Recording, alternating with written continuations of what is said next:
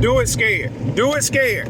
Do it scared. Do it scared. Do it scared. Whatever it is that you're trying to do, whatever it is you're trying to accomplish. If your credit cards are maxed out, if you're living paycheck to paycheck, you're already behind on your rent, whatever it is you're trying to do, if you're trying to get that business off the ground, just do it. The bills are going to be there. The credit cards are going to be there.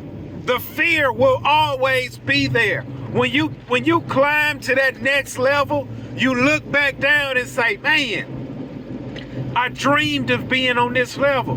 And I was so afraid to invest in myself or buy that one piece of equipment. Listen, when I bought my first zero-turn mower, that mower was, I think, $5,600 out the door.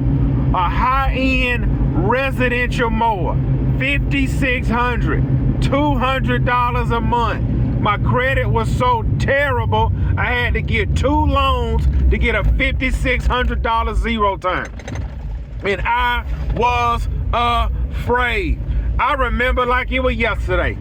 Both of my piece of trash mowers had went out, and I had about $600 worth of grass to cut with no mower. And I told myself, just give it up, man.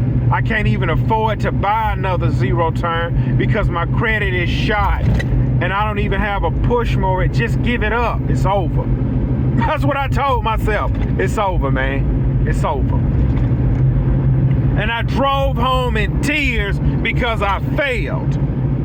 Now I said, man, you know what? Let me call my bank.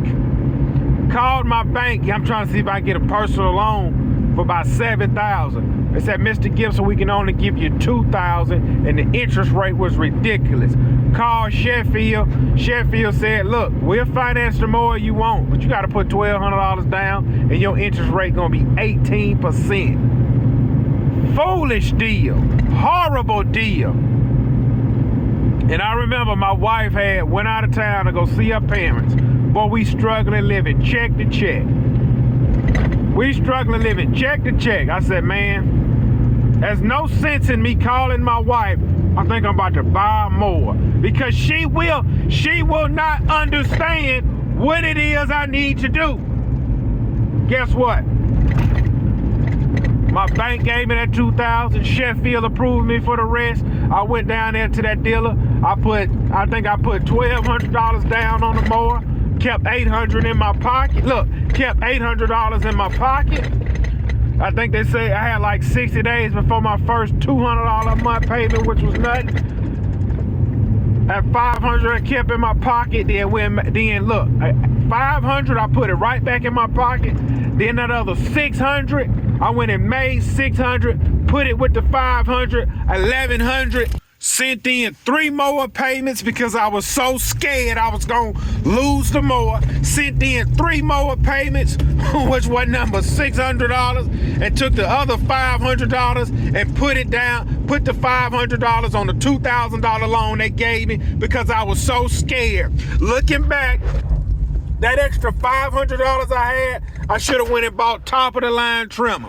Instead of sending in them 3 $200 payments, I should have took that money, which was $600, and bought top of the line blower. It just went and made even more money. I was so afraid.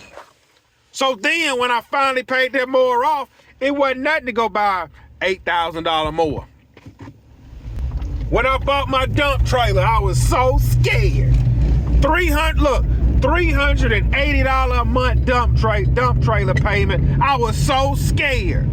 And then look, when I found my backup work truck, I said, man, look, this is what I said to myself. I said, man, how am I go buy a truck and the dump trailer ain't paid for? I said, man, I gotta pay one off before I buy the other one. I was so scared. I said, well, and look, I could not sleep. When I found that truck, it was a sweet deal. 4-wheel drive, F-250. I think it was $15,000 or $17,000. Now this was after COVID. This is after COVID now, and all these trucks was $20,000, $30,000. I said, man, the deal too sweet for me to pass up. Couldn't sleep. I said, you know what? I'ma settle this. I'ma go to the bank, apply for the loan, and then when they reject my application, I'll be able to sleep good because I know I tried.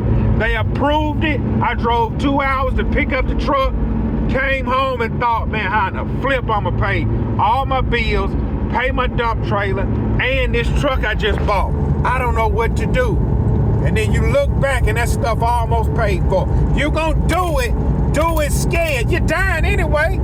You gonna leave this earth one way or the other. And imagine you stand in front of God and you say, Lord, I got a question. You be like, go ahead, I'm here to answer all your questions. Was I supposed to buy that dump trailer and that truck at the same time? Imagine God saying no. You were supposed to sell that other truck, and you remember when the bank was giving you you remember when the bank told you, Mr. Gibson, we approve you for $40,000 once you get you a newer truck. You were supposed to sell that other truck, buy that newer truck, and sleep good at night, not have to put the other truck in the shop time to time. Was I supposed to start that business? No, you were supposed to start 2 businesses, but you were scared. Listen, it's just money. If you can't pay the truck note, they'll come get it. It's just money. I promise. It ain't nothing but money. It ain't nothing but money. Look, flip it. I don't care who watching this video. Do you know what people had to say that me and my wife have 5 kids and my woman don't work? I hope he gonna look. This is what I've been hearing. Yeah, men that pay all the bills like to control women. Yeah, I hope he investing into her retirement. Can't no man sit me down. She a fool for popping out all them kids back to back. Something happened to him. What she gonna do? Stop, listen, block out all of the noise and stop living in fear. Go up with it, man. You're dying. You are dying. Look, you dying one way or the other. You gonna die poor or you gonna die rich. You ain't gonna die in between. The choice is yours. 2025, you need to lay it all on the line. Well, man, bro, I got $10,000 saved, bro. I can either take this $10,000, man, and pay all my credit card debt off, or I can take this $10,000, bro, and invest it into a business, and it might not work. What if it works? I listened to this guy podcast. Man, I forgot his name, but he's a plumber. He's a real good plumber. He said he started a business. This is what he said he did. He was so good at plumbing, and he was real excellent at saving money. He lived on nothing. So he decided, he started a plumbing company 4 times before he got it right. First time he went into business with his buddy. His buddy wanted to work 7 days a week. He just wanted to make a certain amount a week. So he got out that business. He started it again. He said, man, I'm making money, but I'm not profiting much. So he gave it up, and he started it a 3rd time. I think he only did it 3 times, but the 3rd time he went up. And the 3rd time, he didn't have the money. This is what he said he did. He went out and financed a brand new $70,000 Dodge Tradesman work van with the shelves, and then he put another $30,000 on credit cards to buy all of the tools he needed to start his plumbing business. The guy said, man, you wasn't scared? He said, well, you got to keep in mind, this was my 3rd time running the business. I knew I could get my phone to ring. I just needed the stuff to make it work. And the guy asked him, why you just didn't buy a used van and buy used tools? He said, look, man, I believe in myself. So I went and spent all the money and got top of the line everything, because I don't need nothing in my way stopping me. You guys are so afraid to take a chance. It's so pathetic and sad. It makes my skin crawl and my blood boil. You got people that's been on the same job for 10, 20, and 30 years and nothing has changed. You penny pinched your whole life, and all the money you penny pinched, when you die, the man coming behind you gonna enjoy it and splurge. It's a guy I know right now. He about 60, 70 something years old, no woman and children. He penny pinched his whole life, 15 rental properties, never drove a new vehicle, never went out of town on vacation, never ate out. When he die, who he leaving it for? You done built up a portfolio of 15 to 20 rental properties, $500 in retirement, your social security going, and you driving a piece of trash, beat up truck because you think you saving money, and as soon as you die, you leaving it for somebody else. He was willing to take the risk, but he never enjoyed the fruits of his labor. Flip that. You either gonna die poor or you gonna die rich, but you is leaving this earth. Imagine after you listen to this imagine after you listen to me talk, imagine you done sat through this 10-minute video of me running my mouth and you do nothing with it. Listen, when I say I have this conversation with myself, look, I be riding down the street talking to myself like this. I had this conversation with myself the other day. When it pulled up on a lady property, I'm charging her $200 to mulch leaves up, and it ain't much. I said, well, ma'am, I get with you Monday. She said, that's fine. I said to myself, you are so pathetic and weak. I said, bro, I just did that rock job, man. I'm tired. I said, tired? What are you tired from? You tired of making money? You're not too tired to go to this piece of trash full-time job? I said, man, I'm tired. I just want to rest. I said, rest is for suckers. You would die poor because you're leaving money on the table. This is what I said to myself. I said, imagine God done put this landscaping job in front of you. You eliminate the landscape job. Then he put a $200 job in front of you, and you wait.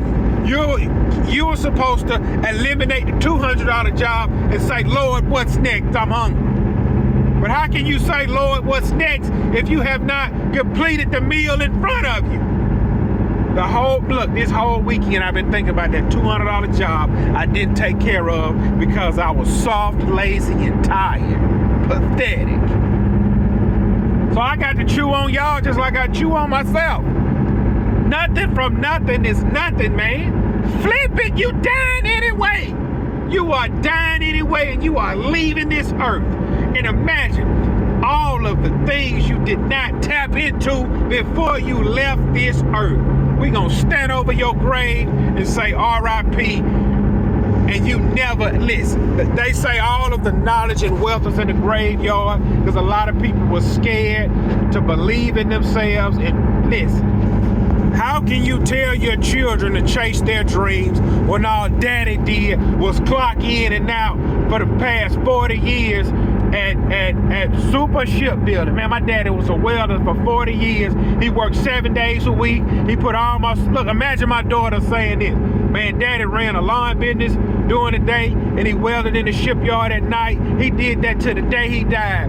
When he died, he had a paycheck coming from his full-time job. My mama never worked. Daddy put all us through college. That was a noble thing. Your daddy died a fool, ignorant, and poor because he never believed in himself. If your father would have believed in himself, invested everything back into himself, your daddy could have died a millionaire and left y'all a fortune.